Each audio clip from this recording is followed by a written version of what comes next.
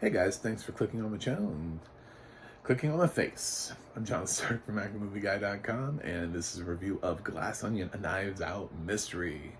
It is Christmas, so Merry Christmas to those who celebrate. I hope you got all the presents and Santa delivered presents to you. I didn't get my presents. I asked for 8 more subscribers, and Santa just was like, no.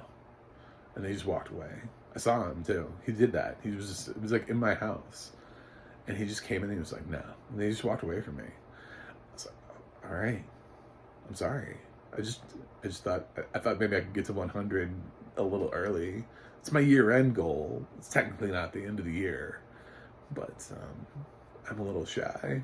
So if you like this review, maybe you could subscribe. Anyway, I'm a blind film critic. I review films with audio description, and this one has audio description. It's narrated by Jamie Lemcheck, who I feel like doesn't get enough work. I mean, I would not put her at the top of the pile of narrators that I hear all the time. There are some that I'm like, oh yeah, it's that one. Oh, I hear her all the time. Oh, I hear him. Yeah. And she's like a tier 2 narrator. I've heard her enough times on things that I know her name. It's not like a new name to me, but I didn't recognize her voice on the film, so I'm not at that point where I can just pinpoint her voice like I can with some of the others. It's very interesting because it's a murder mystery, so it has to sort of pick up on little clues and little details and little things that people do, and it's almost like, you know, they had to look at the whole film and they had to go, okay, so what's important? What do we think the audience needs to know to be able to follow along and to be able to make guesses as to who the killer is? You know, I don't think we got all of the clues, because pointing some of them out would be a little too obvious. There's some clues that are really specific, and I kind of wonder if a sighted audience noticed all of them, the really small details. But this is a film that I'm going to try really hard not to spoil, but if you're just really interested in cutting to the chase, I'm going to tell you that I'm going to give this film an A-. So if you want to know why, then I'm going to keep talking, and then I'll probably say those words again. But if you want to dip out now, with the safety of knowing that this film has good audio description and an A- and know nothing about the film, there you go. I'll wait. Okay, they're gone. So I said this is not a spoiler review, but this is the kind of film where I could accidentally say something that might be a spoiler to you. It's kind of hard to talk about the film. It's kind of hard to talk about why I gave it a - without addressing, at least getting into like a small spoiler territory. So the film is about, it takes our Benoit Blanc is at home with his boyfriend or husband, I don't know, but it is a delightful cameo. I won't ruin that for you, but it's a nice little cameo that he's got there, playing his spouse, person that lives with, partner, something. I don't know. They don't give him enough screen time, but it's a nice cameo when you do see him. And yes, it's a big name. It's a recognizable name. I realize they're blind, so you can't immediately pick up on it. There's a chance you recognize the voice. If you don't recognize it, IMDb, I would say. Use IMDb and you'll see who I'm talking about, that shows up in that role. And so the film takes place around this guy, played by Edward Norton, who is this billionaire, sort of thought of as being this eccentric genius. Think Elon Musk, like a spoof version of that. he lives on this island, and he has invited some of his closest friends through this puzzle that they all had to solve, um, to his island for a weekend. And his island is also this house, and the house is actually the Glass Onion. That's where you get the title. In case you're wondering, what is the glass? Is it an actual? Is it like the Maltese Falcon? No, it's actually his house. It's the way it's designed, and because it's designed eccentrically by an eccentric billionaire. So, the kind that live on an island by themselves.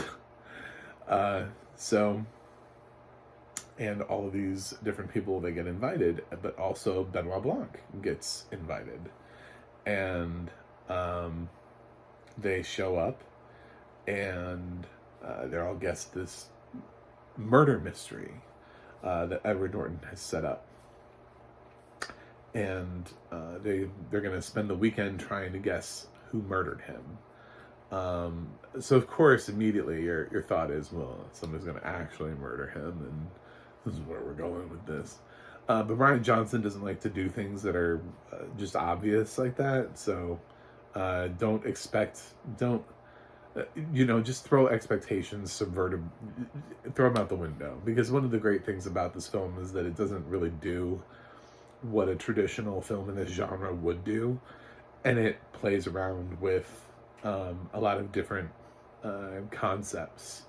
But among the people who are invited, who are now on the island, along with Benoit, played by Daniel Craig, again, great. It's a good role for him. We've got a wide cast here. You've got Kate Hudson. We've got Dave Bautista. We've got Catherine Hahn. We've got Jessica Henwick. We've got Leslie Odom Jr. And we've got somebody who's been getting a little bit of Oscar buzz, and we'll talk about that in a minute. But so that's kind of the main heavy hitters on the island. So they're on the island, and I'm trading my safely here because I don't want to spoil anything. The weekend just kind of plays out. It plays out until there is, an actual murder for Benoit to solve. And it's interesting because he's there, and all these people are wealthy, and he's not. He's just a detective. Like, he's kind of out of his element. He doesn't quite know how to interact around these. They call themselves the disruptors. Like, they're all disruptors in their own industries. And they're all connected in one way or another to Norton's character. And there's a funny scene where he asks, like, what the prize is. And, because he thinks that there's a prize for getting it right. And Norton's like, I don't know, an iPad. And, he's like, just to be clear, I didn't need an iPad. I was just asking. I mean, sometimes with these things, there's a prize for guessing who the killer is. It's his awkwardness in this situation that makes this work differently than Knives Out, because he's surrounded by people who want for nothing most of the time.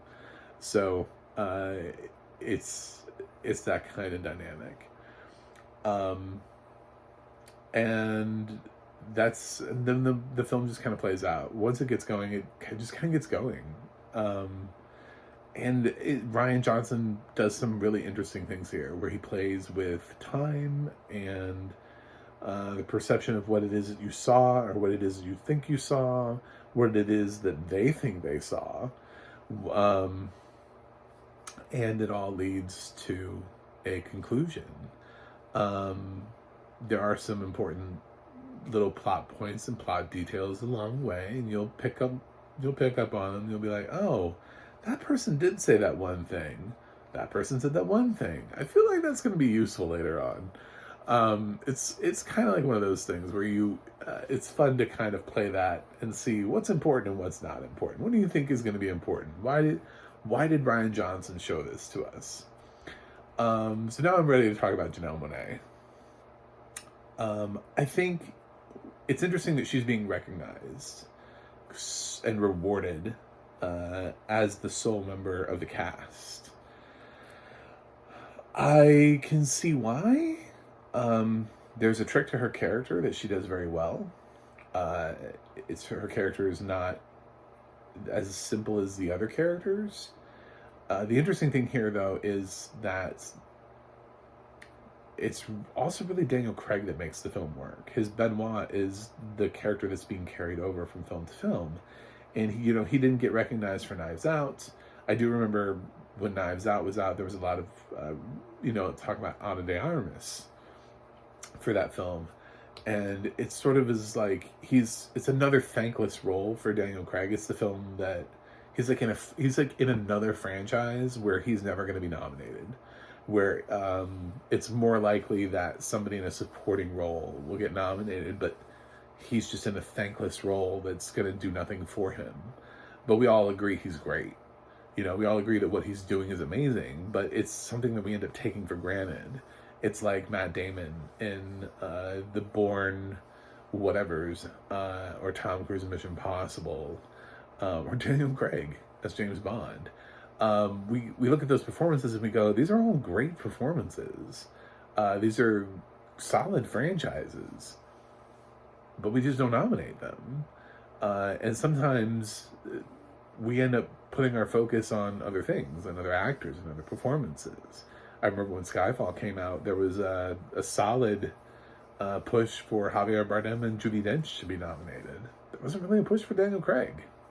So this is what's happening here, is Daniel Craig is being left out in the cold for his own film, so that Janelle Monáe in a supporting role can be nominated.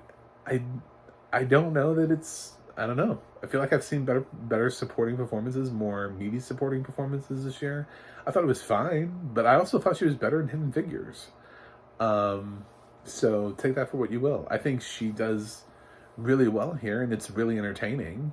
But if somebody was like, should we give her an Oscar? I don't know that it's so uniquely comedically different that it requires that breakthrough comedic nomination. And I also don't know that it's dramatic enough to be rewarded for the same thing. Kind of one of the problems that Glass Onion has, and why I gave it a minus, is that it puts these people here. It doesn't do a great job of differentiating them, which is weird because it spends quite a bit of time leading up to the actual murder. So it feels like it's trying to establish the characters, but when you really start looking at some of the characters, they're kind of underdeveloped. You know very little about them. You know just only what Rian Johnson wants you to know.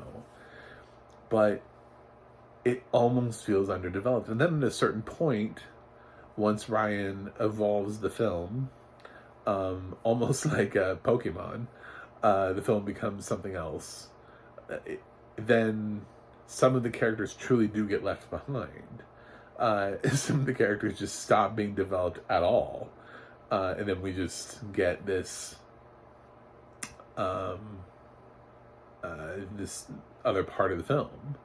And then we sweep back around to what I would call his third act.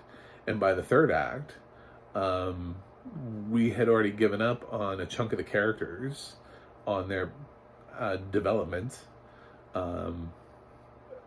and now they're just kind of hanging out. And that's the only thing is at a certain point it was like, well, obviously he's moving in this direction. And I took a ride with him, and I thought it was really creative and cool what he did. The twist here is neat. I love the twist. I love how it worked around, and I love how Benoit explains the whole thing. But it's really early in the film where they kind of abandon a chunk of the cast. And they just kind of go, well, we don't need to know any more about them. We're good. They can just stand there. That's kind of what I felt like. I was a little disappointed by that, but also at the same time, I think that's kind of, there are films that do that in this genre. But if Rian Johnson wants to be really subversive, then making sure we knew as much as possible and making an even playing field for each character would have been the way to go. But the twist is so time consuming that when it starts happening, it dramatically decreases the development of certain characters and increases the development of others. So you end up, there becomes sort of a disparity among the cast and the core cast that's in this Glass Onion. And that's probably really my only problem with the film, is that, and it doesn't help it doesn't help the direction of the ending, because at a certain point when you see characters that stop being developed and stop being talked about and kind of being pushed aside, and you see that it's like they're just there to serve a purpose, or they're there because of a certain reason, you kind of go, okay, well, that person, not that person, that person, oh, okay. And it's just, yeah, it just kind of led to a more of a, I see where we're going here type of thing. It was cool because I didn't see the twist, but it's just, he ends up explaining the twist for so long, and then you can kind of see how the characters kind of get dropped off along the way, and they're not the focus of the story anymore. So I tried to say that in the least spoilery way possible. Obviously people are going to be like, well, there's obviously reason Janelle Monáe is being focused on in this. So, but sure, but what is she? Is she the one that gets killed? Is she the hero? Is she the villain? What is she? I didn't tell you any of that. So you just have to show up. Obviously she does something amazing in this film, for people to be that gravitated towards her. But a lot of those performances that people are talking about, they're not very big performances. You know, Judi Dench was nominated for a supporting actress performance for 8 minutes of screen time in Shakespeare in Love. She won. So, just because people are throwing somebody in a supporting actress race doesn't mean that the role is meaty necessarily. So don't read too much into it. Just go into the film and try to just accept it as it is for what it is. But if I had the one criticism for Rian, it would just be, I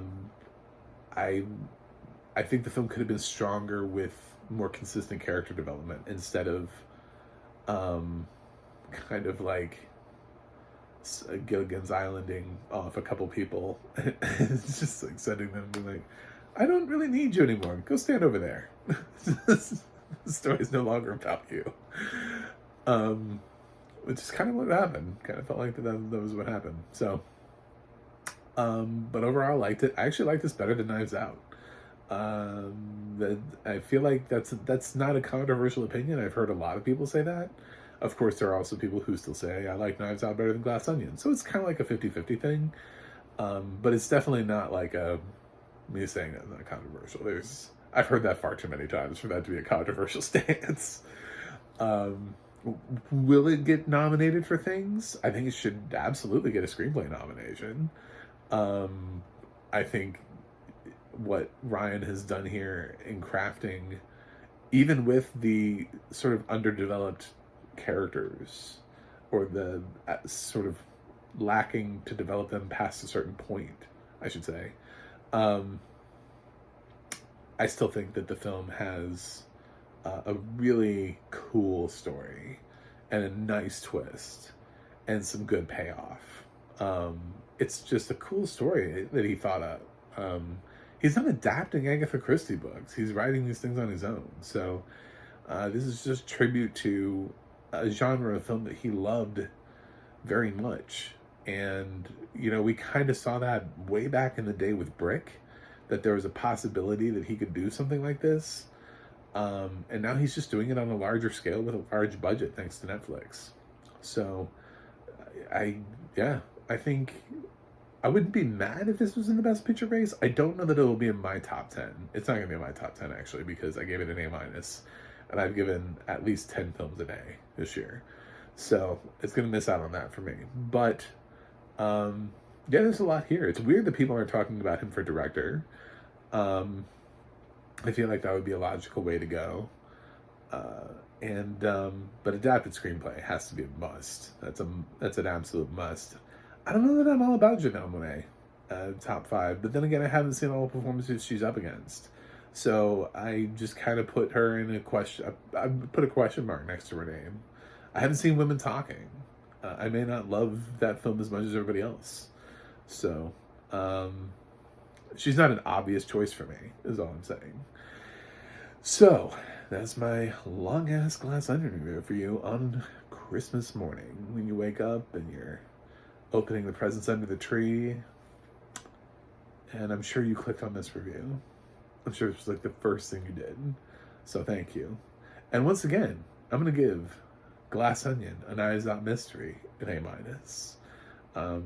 I would say definitely see it. Just because I have a little problem with it doesn't necessarily mean the film isn't enjoyable. There's a lot to love here. There's a lot of stuff Rian Johnson did really right. You don't get to an A- without... A- just means like, I love the film, but there's this... but there's just one thing. Can we talk about this one thing? You know, that's kind of what it's like for me. It's like, there's just like this one issue for me. So, I'm still, unfortunately, like I said, Santa didn't give me the 8 extra subscribers I asked for. So if you could subscribe, that'd be great. If you stayed this long, this is a long-ass review, so if you stayed this long, you must like me to some extent. Please click subscribe if you haven't subscribed already. I also have a website, macthemovieguy.com. You can follow me on Twitter at macthemovieguy. You can go to the audio description project, adp.acb.org, and look up movies and see where they have audio description. You can go to theadno.org and you can look up Jamie Lemcheck and see what else they've done and narrated, and see how many times you've heard them before. So that's it for me today. I will review something else for you guys and see you on the other side.